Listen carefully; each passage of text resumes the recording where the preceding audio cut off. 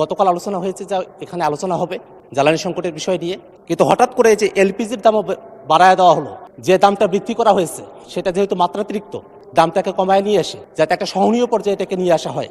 মাননীয় স্পিকার, আজকে আমি যে নোটিশটি দিয়েছি সেটা জ্বালানি তেলের মূল্য বৃদ্ধি সংক্রান্ত এবং জ্বালানি তেলের যে সংকট সেই বিষয়টা নিয়ে।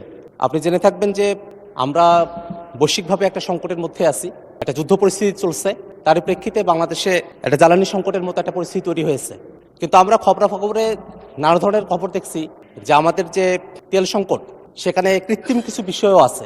সেই বিষয়গুলোতে আসলে সরকারের পদক্ষেপ কি সেটা আমরা এখনো পর্যন্ত ভালো করে জানি না। 5+ স্টার রেটিং প্রাপ্ত দেশের সর্বোচ্চ বিদ্যুৎ সাশ্রয়ী ওয়ালটন এসি স্মার্ট কমফোর্ট এখন নেক্সট লেভেলে। আমরা একটা বিষয়ে গতকাল আলোচনা হয়েছে যা এখানে আলোচনা হবে জ্বালানি সংকটের বিষয় নিয়ে।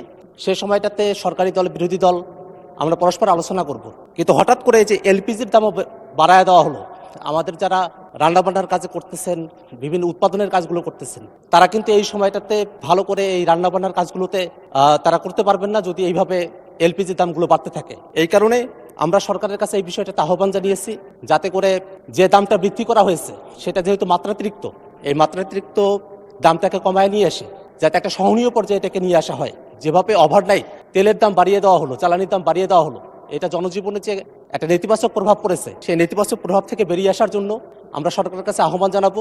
আন্তর্জাতিক পর্যায়ে কথা বলে এবং দেশীয় যে সংকটগুলো আছে, মজুতদারি চলছে, বিভিন্ন জায়গায় সরকারের কিছু ফেলিওর আছে, সেই বিষয়গুলোকে অ্যাড্রেস করে যাতে করে এলপিজি সহ অন্যান্য যে জ্বালানিগুলো আছে সেগুলোর দাম একটা সহনীয় পর্যায়ে নিয়ে এসে জনজীবনে একটা স্বস্তি নিয়ে আসা যায়। সরকার বলছিল যে তারা দাম বাড়াবে না, কিন্তু তারা দাম বাড়াতে বাধ্য হয়েছে, বা যে পরিস্থিতিতে তারা দাম পেয়েছে এত দাম বাড়ানো উচিত হয়নি। আমরা মনে করছি দাম কমিয়ে নিয়ে এসে জনজীবনে একটা স্বস্তি নিয়ে আসতে হবে।